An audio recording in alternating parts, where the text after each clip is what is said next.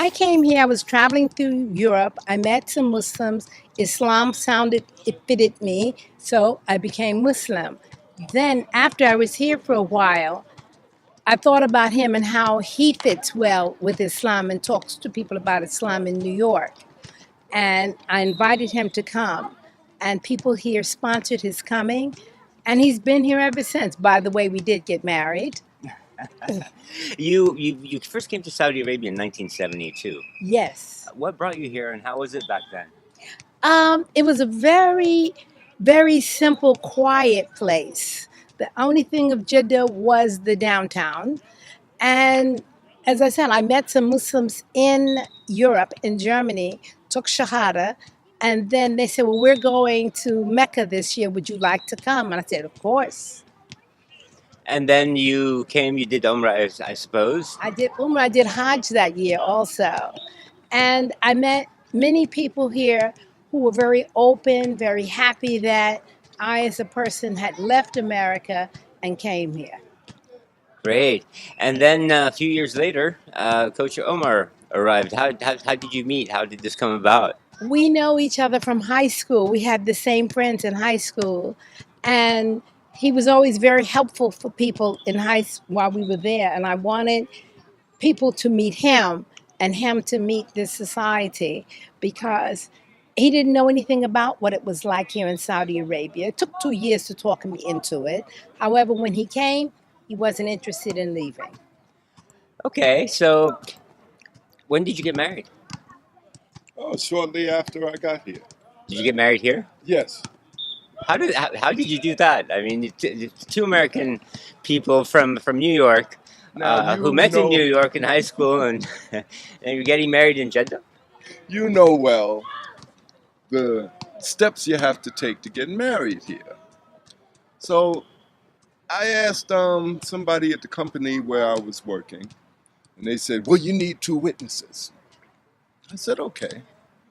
He said, "Well, I'll take you down to the court, show you where it is, and don't worry about the second witness. We'll catch somebody along the way," which we did. And Some random person. well, okay. The guy was Sudanese, so I guess he knew what he was talking about. I didn't have a clue at the time. Then he saw another Sudanese gentleman. He said, hey, come be a witness for the wedding. And the person that walked me and presented me to him was the judge. He was so happy about it.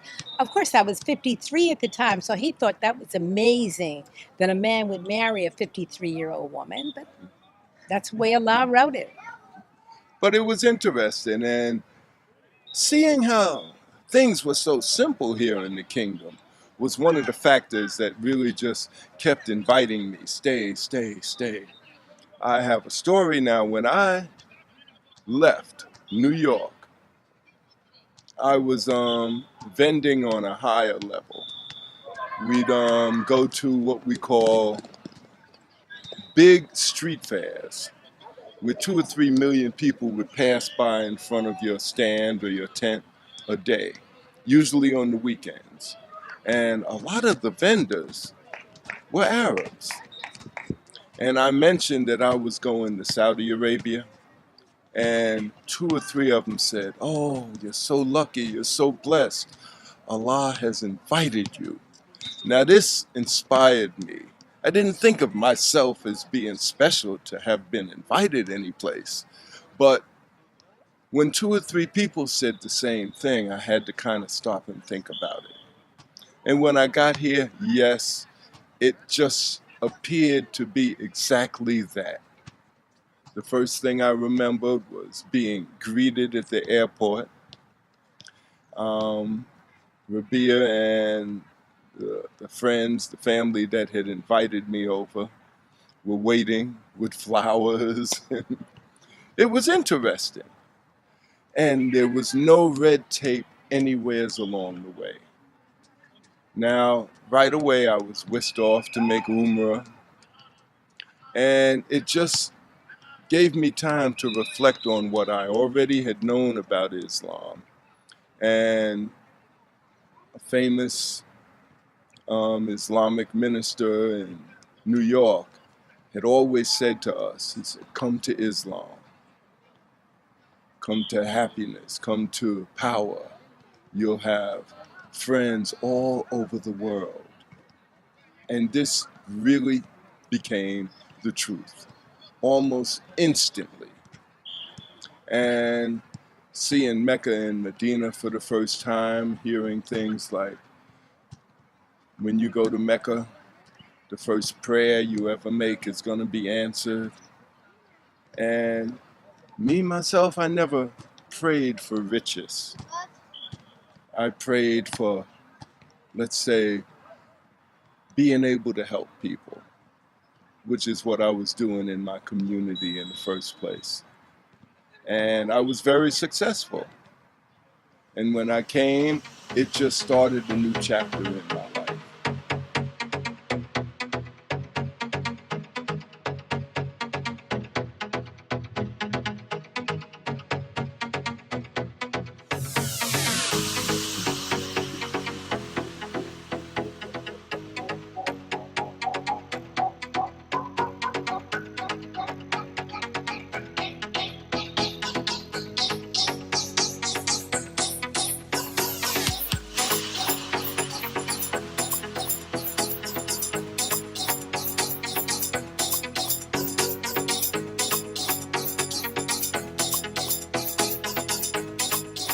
In the past, let's say 15 years, besides Jeddah United, we were working, both of us, for the Ministry of Information, the radio station.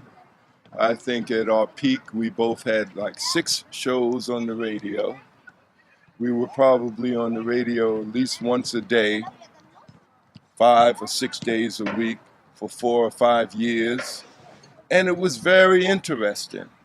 Now, it was kind of taxing at times.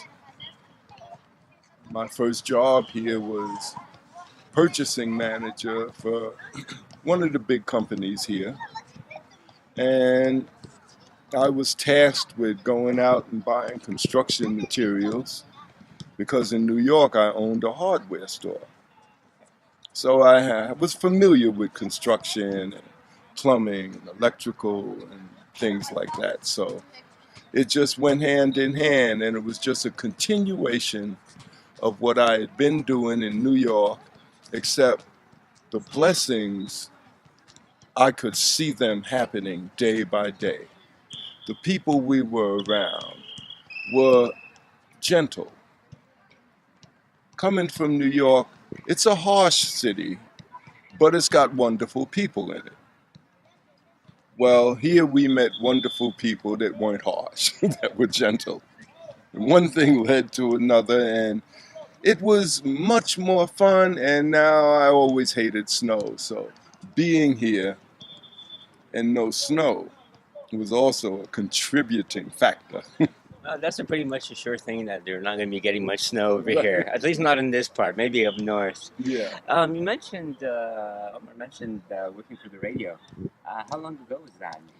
Well, that was, for me, it was about 3 years ago. Oh, so this is recent. Fairly Yeah. recent. We each had programs which they allowed us to create.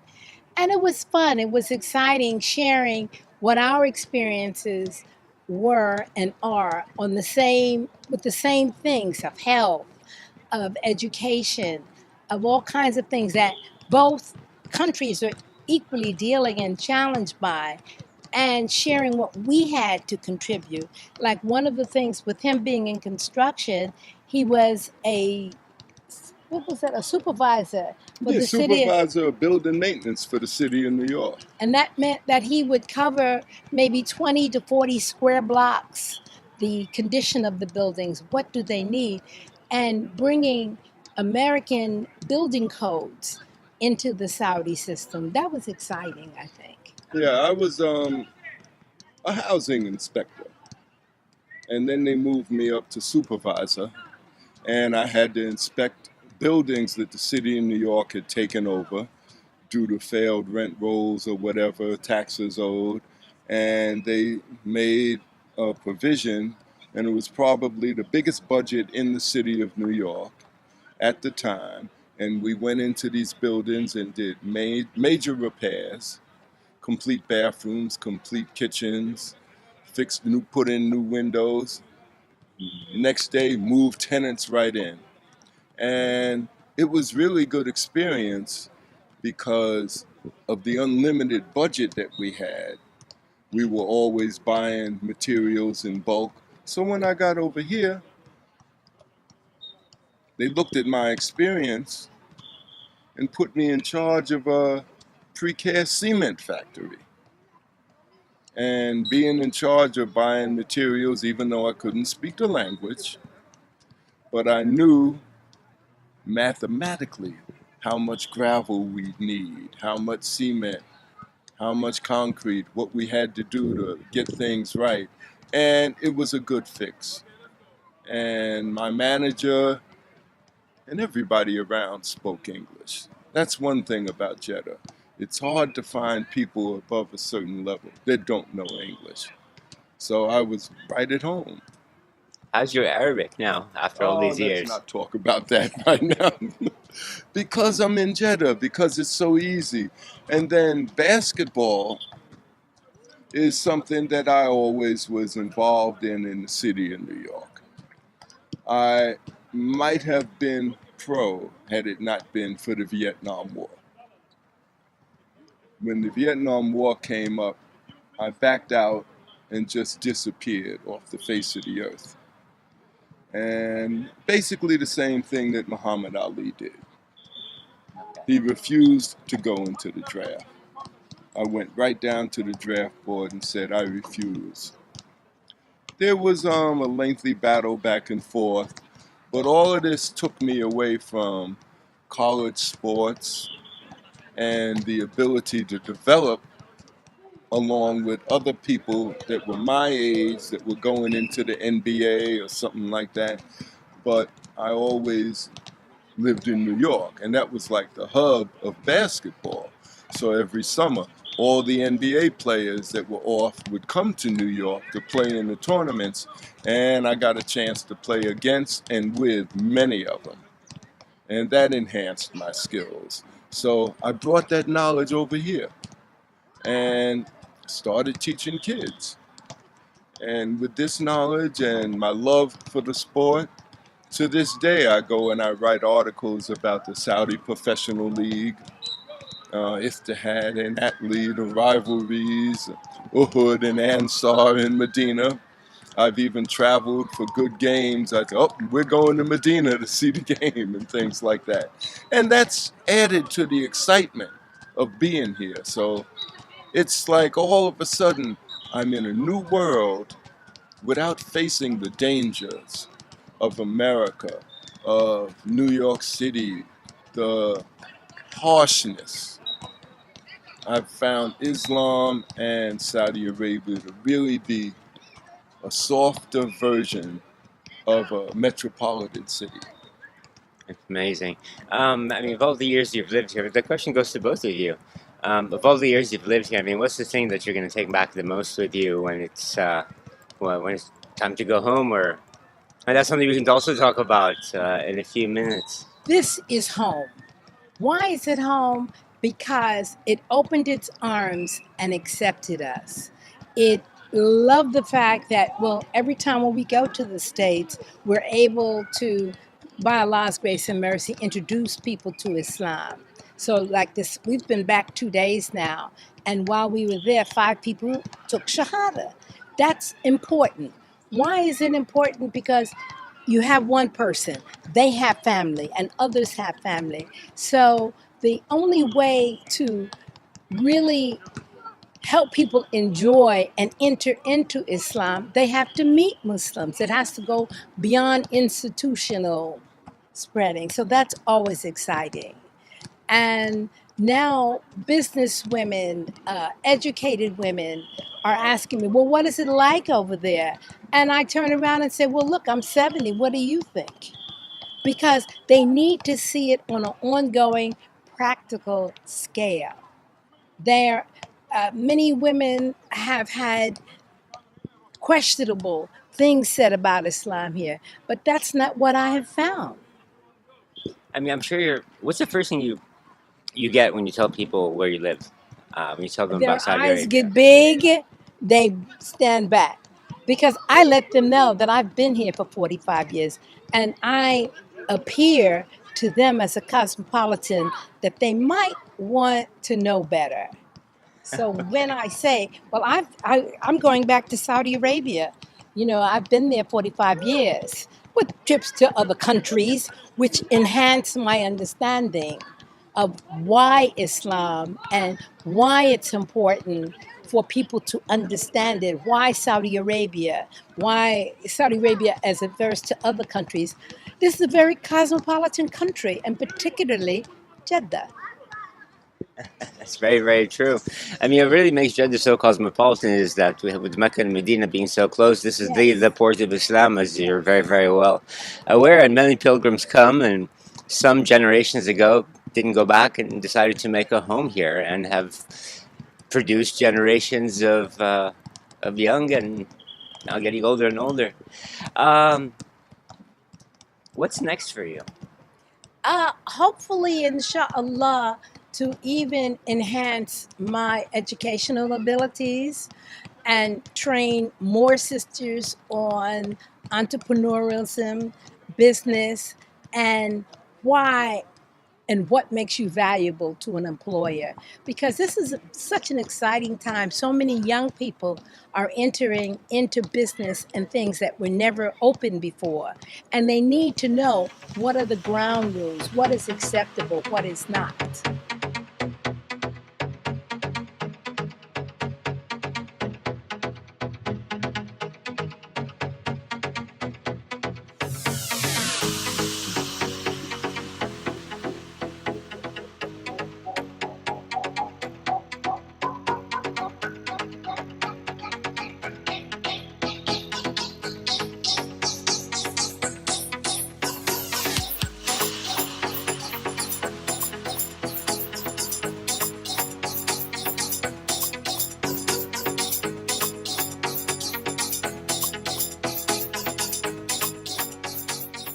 And you ask, well, what do they say when you say I'm from Saudi Arabia?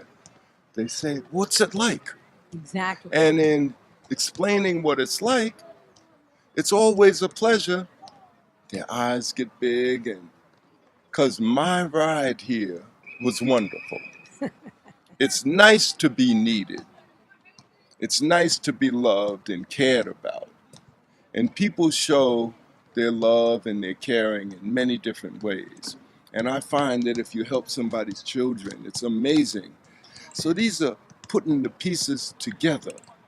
And then what you come out with are children that have a high self-esteem, that care about the game, that care about being what they are exactly, the role player, the leader, and it passes from level to level, from junior high school to college. So it's growing a community into what they should be naturally through a sport. And I've had a wonderful time doing it and will continue as long as I can. Inshallah, for a long, long time. Let's talk about this for a minute. Um, we didn't really see women's sports over the past few years. It only recently became a serious consideration, and new bodies for women's sports are being created, and this must be very exciting for you. I mean, I know Jeddah United has a basketball team that Yes, is run by Dina Maina, yes. and she's one of the people that's really pushing forward for involvement of women in sports. So for you to be so close to her, I mean, I'm sure you've had a direct hand with her being in the Shura Council Okay, let me to tell move it a quick forward. story. Please do tell us. Okay. Tell us. When I got here, I made a proposal for college, and it was about basketball. And I went by his house and left it on the table. Lena came by and saw it because it had a drawing of a basketball player on You're it. talking about Khalid Al Maina, Lena's dad, Yes. who's former editor in chief of Arab News. And then the And a Saudi Gazette. 35-year friend of mine. Okay. So these were some of the first people I was introduced to. And Lena got the proposal, read it, her and her husband, Obeid Medini, called me, said, can we sit with you and your wife? And we did. And that was like the birth of Jeddah United. And from there, it's just gotten better and better and better. And my wife used to accompany me at every moment. And we were training girls, boys. In fact, it was the women, the young ladies, that said, can we bring our nephews, our sons to the court? Can you train them also? Sure.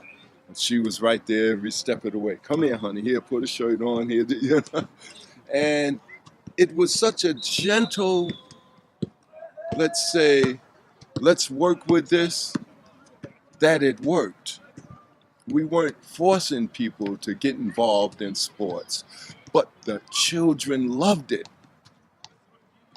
And we were swamped. We had to hire 4 or 5 coaches within the second or third month. And now we're looking for quality people that'll handle the same children the way we would, which, if anything, was a difficult task. But we were blessed. We were truly blessed by Allah to find really quality people. Then the King Abdullah Scholarship Fund, that was amazing. When these kids started going away, getting educated, and coming back, now we had children that had grew up the right way, that had learned a different way, and that were ready to come back and teach again. Well, in speaking about the King Abdullah Scholarship Fund, I had the excitement and pride of being called and asked to participate. And what I didn't see it being useful teaching the women how to speak English, as I knew the first year they were going to be there, they had to do it. But I taught them how to handle a through flight as opposed to a layover, how to find good neighborhoods to get a home in other words, to inquire of the police department, what's your crime ratio, and how to help them know how to handle their school situations. Because our girls were very sheltered. And I say our girls because I have 5 daughters of my own, so that I was able to look at it from an inside perspective. And the excitement of training the girls, of helping them understand the difference in culture, what's the proper way to give salams to a man, if it's to step back one, dip your head slightly, and smile. That's sufficient. He doesn't have to touch you, you don't have to touch him. Things like that were so troublesome and worrisome for my girls. And at this point, I'm just overwhelmed. It's nothing for me to be walking through the streets, teacher, teacher. And it's either for him or me. He's like a rock star here because they appreciate the doors that he has opened. And to have someone come up to me, teacher, now I'm a doctor. It almost brings tears to my eyes because when I first came here in 72, to accomplish such things was very difficult. And now the society, which is a very adaptable society, has made it possible for the women to accomplish so many things.